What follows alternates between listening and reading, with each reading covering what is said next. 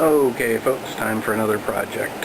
I don't know what number this would be. I was calling them how-to number 1, 2, 3, whatever. At this point, it's another project. So I'm going to stop numbering them and just call it, in this case, the Birdhouse project. So I did a bit of research trying to figure out how I wanted to do this, and let me just show you real quickly. I've got let me see, I don't know how well you can see that, but that is a drawing that I got off the internet. So for once, I'm not trying to do this entirely myself. I'm using a little guidance because you need to know certain things about building birdhouses, like the size of the hole, because if you make the hole too small, the bird you want can't get in. If you make it too large, then other creatures can get in, and that creates other problems. If another creature moves in, squirrel or whatever, then the bird doesn't get in. And so, in any case, I found this as a PDF online. I think what you can do is type in, and I'll put this in text up on the screen.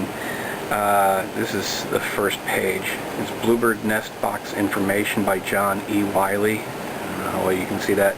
So I'd probably type in Wiley and then Bluebird House, or just Wiley and Bluebird. And that should hopefully, you should find it on some website, because it appears to be that this has been kind of passed around from website to website. What it does include for me, let me see if I can get this in frame here. There is a drawing here that shows towards the bottom of your frame there now. If you take one board and you can cut it up and you can get all the parts you need. I have right now 2 of these red boards that you're looking at in the frame. These are basically fence boards. I have 2 of those, and I have one which you can kind of see towards the bottom of the screen of the yellowish white, which is cedar, I believe, which is left over from building the large planters. On top of that, I have a lot of scraps. I'll move around here and show you, sitting on my little table there next to a pot. I have a lot of scraps, so what I've been doing is brushing them off. I'm going to measure them, and then we'll go over how I actually figure out the best use of the wood. That's why I save the scraps, because you never know. You might want to build a project that needs a 3-inch piece of wood. Of course, at some point you end up with too many little scraps, and you should just throw them away, probably, or whatever you want to do with them. But I have quite a bit there. A lot of it, you can see the dirty ones there. Those were the dividers that I pulled out of the really big planter I have on the patio here. This big guy, which is out of frame. Anyway, let me get some wood together and I'll show you what I'm doing. Okay, so after going through all my scraps, it looks to me like from this design I can use these scraps for, at least the ones on the right, for every piece except the back and the sides, which I guess it's basically just means I can do the roof and the front and the bottom. So in order to get the back and the sides, what I'm going to have to do is, there's one more piece sitting there over on the chair. I got that piece I can work from, and then I have the larger pieces behind me. So that's what I'm going to do, is figure out which ones to use and start cutting. Okay, folks, after staring at the supplies, staring at the diagram, and scratching my head a little bit, I realized a couple of things. One, the back could actually be made out of 2 pieces, so I don't need to have a really long piece for that. I could actually use 2 scraps together. And 2, if I take the sides, and basically take the sides and the back and the front and reduce them by about a 1/2 inch, all of a sudden my scraps will fit. So I don't have to cut into a longer piece of wood. Ultimately, the strategy here is, when you have a lot of scraps, you look at the largest cut you need to make, and you try and figure out, or the largest piece you need to make, and you try and figure out how that one's going to fit into it. Once you get the largest, then you go to the second largest, the third largest, and so on down until everything starts fitting into your scraps of wood. Or when you make your first cut for that largest piece, then you'll have another scrap that you can look at. If you start with only the small ones, what you might end up doing is taking, say, one of the scraps that you're looking at there on the near the bottom of the frame, or on the right side of the table, not under the tape measure. Anyway, if you were to do your smallest cuts first, then you end up with larger scraps, but they might not be large enough to handle the larger pieces you need. So, starting with the largest cut, which is the back in this particular case, if I make that out of 2 pieces, that solves that. Basically, I can get that. The next largest is going to be the side pieces, and if I reduce those by a ½ inch, all of a sudden the pieces I have here will actually fit. So that's what I'm going to do. I'm going to reduce the overall height of this thing by a ½ inch. That's all. It really shouldn't impact the design too much, and let's see what we get out of that. I'm going to actually start cutting the pieces now. Okay folks, so now it's a couple hours later. Didn't take me that long to do all this, but I had to go out and run an errand. And I've dry fit everything, so you can kind of see what it's going to look like. I decided with the back that the way the design has it set up, let me see if I can actually get this in frame here in the picture, but the way they have it set up, you can kind of see that they've got a little bit sticking out the top and a little bit on the bottom, and I think that's just to make it easy to mount this thing.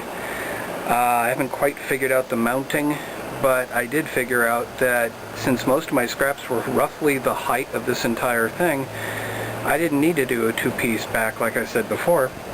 I just need the 1 piece, and it doesn't have to be in perfectly good shape because it's the back. Nobody's really going to see it except the birds from inside. So that's kind of what it looks like for now. Don't know how well you can see. I think you can actually kind of see all the parts to it here. The bottom is recessed in a little bit. That's actually exaggerated right now. And the top is kind of hanging over, and I used the dog ears. It's something I saw somebody else on YouTube did, and I thought that was kind of a good idea. Might as well take advantage of the dog ear. Kind of adds a little style. So now I'm going to go get some nails and nail it together. Okay folks, so I got as far as sanding everything down. One thing I've kind of learned with some of these projects, if you're trying to make it look a little bit better, you can kind of ease the edges on each piece. Just give it kind of a quick sanding. I'm not trying to pull all the roughness out of it because I do want it to look a little bit rustic. But I discovered something. I got this far. I got 3 pieces put together. It's the sides and the front actually without the hole. I still have to figure out how to put the hole in there. But I got that far, and I realized that this base that I cut, which is supposed to be 4 inches by 4 inches according to the design, and I didn't change the width of the front, and I didn't change the sides, although it was a little hard to rip a 5½ inch piece down to 4 inches. So there may be a little bit of a loss there, but if I put this in here, you'll see, let me see if I can get that in frame, there's a huge gap there. And it's actually too wide over here to fit against the side. So basically I'm going to measure and cut this piece custom to fit the existing conditions, so it'll actually be like it's supposed to be. Lesson learned. Really, I haven't been as careful as I could be with this. I mean, I've not tried to make it look as perfect as I can, because I've learned over time that the first one you build is where you learn so many things. There's only so much you can do in terms of plans and writing it down. You have to build the first one to figure out where the problems are. So lesson learned, this piece in the future will be cut after I have these 3 together. So that's it. On to the next part. Okay folks, I think that's where I'm going to quit for the day. Unless I come up with some ideas, because I ran into some issues. Right now the roof's not on because I didn't run the back all the way up. I can't push the roof against the back, which leaves a gap, which if you did it yourself you'd see what I was talking about. Well, let me... Normally, according to the original design, this is supposed to go up to about here, and then there would be board that would continue on, but because this board is damaged, there's a gap there. That's if I want to keep the same overhang that was in the original design. The other option is just to push it back that much further. I don't know how important the overhang is. There's still something there. I have not put a hole in the front, and if you look carefully you'll see it's cracked all the way down. It actually broke while I was nailing. Silly me, I forgot. If you're nailing through the middle of a board and you have nothing, in this case this piece, below it, I was actually trying to preset the nails before I nailed this in. So it was just silly me, live and learn. So I just basically pulled this piece, got this piece, put it there, finished nailing, nailed another one on the other side, and then once I put the back on, it all pretty much stabilized. So that's it for now. Well folks, it's the next day. I thought about it a little bit last night, trying to figure out some solutions to some of the issues. Three main things that remain to be done with this. One was to make a hole in the front, and since I don't have an actual 1.5-inch hole bit, I actually made it a square hole. Used a 1/4-inch drill bit to cut out a whole bunch of holes, and then just kind of joined it all up by twisting the drill around, using a knife to try and square it off a bit. It's not the prettiest thing in the world, but it's not more than 1.5 inches side to side or top to bottom, so I'm hoping that means that any other larger birds or animals will not be able to get in there.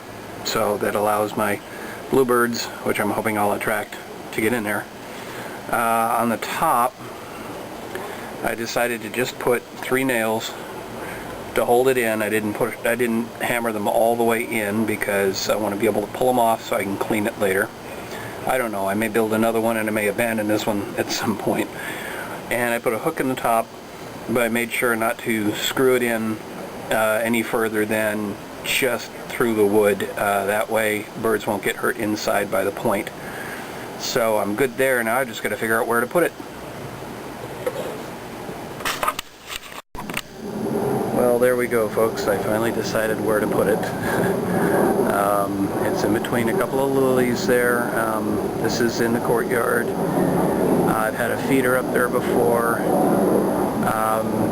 This is right up above a door, but it's a utility door, so we'll see what happens. It's my first ever attempt, so if nothing happens I won't be too terribly disappointed. It would be nice to see them move in. Just to give you sort of an idea, that's there, and there's trees right over here. So it's not too far if they get scared and want to go dash into the trees, or if they need to pull up some materials from the trees. So that's where I put that one, and I think that's the end of this adventure.